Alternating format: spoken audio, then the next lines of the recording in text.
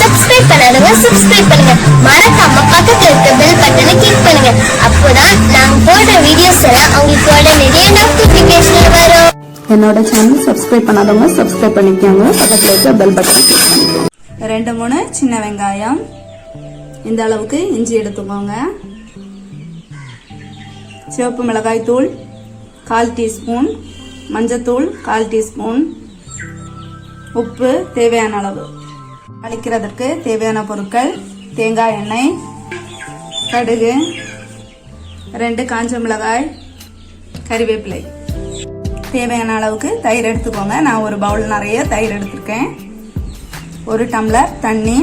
தயிருக்கு திக்னஸை பொறுத்து தண்ணி எடுத்துக்கோங்க. அரைக்கிறதுக்கு மிக்ஸி ஜாரில் இந்த மாதிரி சின்ன வெங்காயத்தை இந்த மாதிரி கட் பண்ணி போட்டுக்கோங்க. அதுக்கு கூட இஞ்சியும் போட்டுக்கோங்க. இப்போ இதை மிக்சியில் அரைச்சிட்டு வரலாம். இப்போ இதை அரைச்சி எடுத்தாச்சு. கடாயை ஸ்டவ்வில் வச்சாச்சு. ஸ்டவ் ஆன் பண்ணிக்கலாம். இப்போ கொஞ்சோண்டு தேங்காய் எண்ணெய் ஊற்றிக்கோங்க. இதில் எடுத்து வச்சிருக்க கடுகை போடலாம்.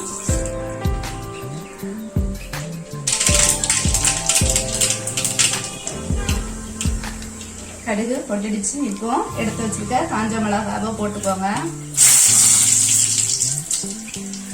எடுத்து வச்சிருக்க கறிவேப்பிலை கிள்ளி போட்டுக்கோங்க.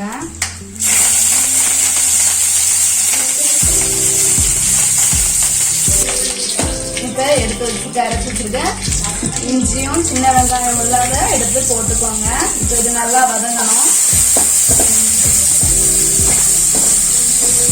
பச்சை வாசனை போற அளவுக்கு வதங்கணும்.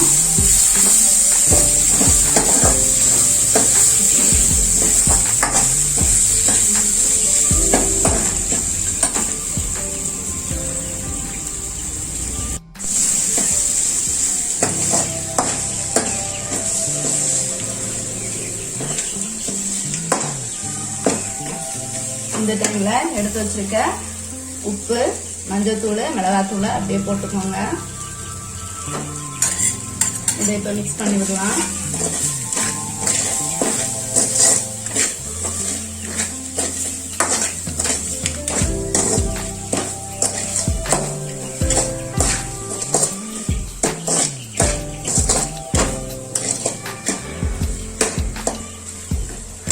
இப்போ எடுத்து வச்சிருக்க தயிரை ஊற்ற போகிறோம்.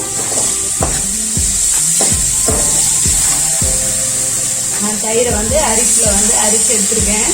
நீங்கள் மிக்சியில் அடிக்கிறீங்கன்னா மிக்சியில் அடிச்சுக்கோங்க. அப்போ தான் துருதுருப்பு இல்லாமல் இருக்கும். இப்போ எடுத்து வச்சுருக்க 1 கப்பு தண்ணி ஊற்றுறேன்.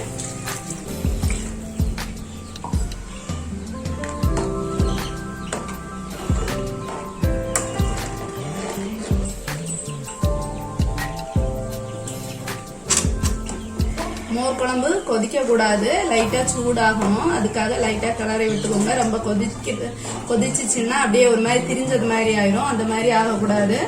இப்ப வீட்டுக்கு யாராவது வந்தாங்கன்னா உடனடியா ஏதாவது குழம்பு இல்லைன்னா இது ஈஸியா 5 மினிட்ஸ்ல செஞ்சு முடிக்கலாம். லைட்டா கிளறி விட்டுட்டே இருங்க. அப்பதான் ரொம்ப சூடாகி திரியாம இருக்கும்.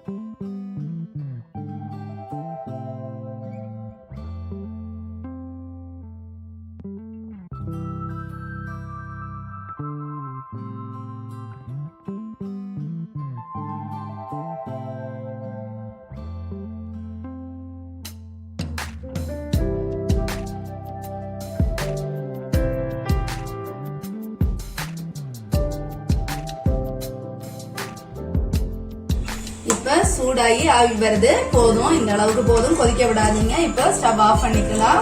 டேஸ்டியான ருசியான மோர் குழம்பு ரெடி ஆச்சு.